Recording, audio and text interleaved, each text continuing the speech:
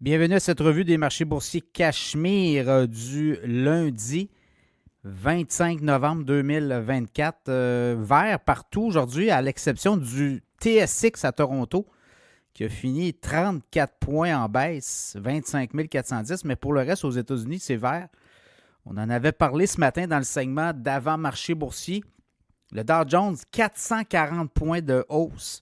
44 736. Le S&P 500 monte de 18 points. 5 987. On s'approche du 6 000 points qu'on avait déjà atteint plus tôt dans le mois de novembre. Nasdaq en hausse de 51 points. 19 054 points. Le pétrole se dégonfle. 2,13 $ de baisse le baril de pétrole. 69,11 $ US. Je regarde le Bitcoin aussi se dégonfle au moment où je vous parle. 94 000 $ autour d'eux, même 93 600. Donc, il y a des ventes massives par rapport au sommet atteint vendredi dernier, 99 500. Et là, ça se dégonfle. Et tout ce qui se dégonfle peut se faire, remonter. Alors, ça va être à suivre.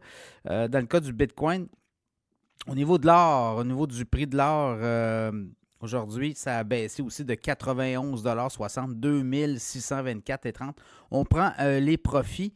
Si je regarde un peu ce qui se passe, aux États-Unis, là, la nomination au Trésor par Donald Trump de monsieur Scott Bessent, comme le grand argentier là, du gouvernement Trump, ça a été bien accueilli. Lui était dans le milieu financier.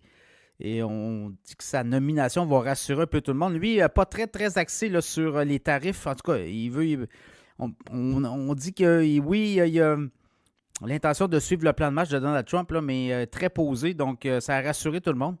Les marchés boursiers ont bien fait aujourd'hui.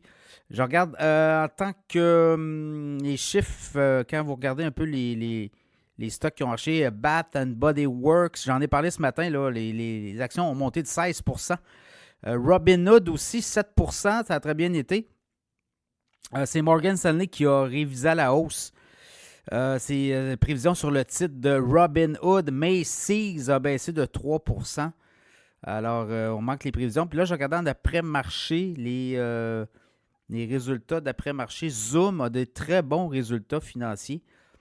Alors, ça va donner un petit coup pour Zoom. J'ai l'impression même qu'on révise à la hausse les prévisions de croissance.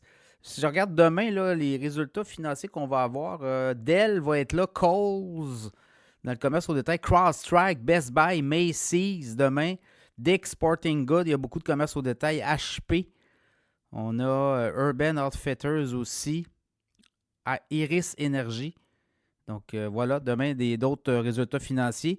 Est-ce qu'on va être capable d'avoir une direction? On va avoir des données aussi sur l'économie américaine. On va avoir d'autres résultats financiers d'entreprise. J'en ai nommé quelques-unes, là.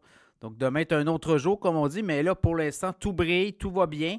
Et Wall Street semble satisfait là, des nominations à date de Donald Trump. Donc, là, il y a une harmonie. Est-ce que cette harmonie-là on va être capable de continuer là. Il faut dire qu'avec les baisses d'impôts qu'on annonce là, au niveau des entreprises, je pense qu'il y aurait beaucoup, beaucoup de milliards à aller chercher. Donc, comment on va aller les chercher? Je sais qu'on veut aussi là, rappeler au travail. C'est Elon Musk qui a parlé, qui a évoqué ça là, pour le gouvernement américain. Donc, le gouvernement fédéral des États-Unis pourrait rappeler au bureau tous ces travailleurs en télétravail. Et si vous ne revenez pas, vous allez perdre votre boulot. C'est une des nombreuses rumeurs qui circulent. Là, évidemment, d'ici le 20 janvier, on en entend de toutes les couleurs.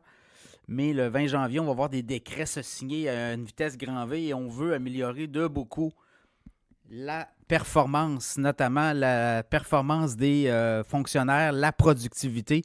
Et on dit que pour en arriver là, il faut que les gens soient au boulot, soient au travail. Alors voilà, ça sera à surveiller.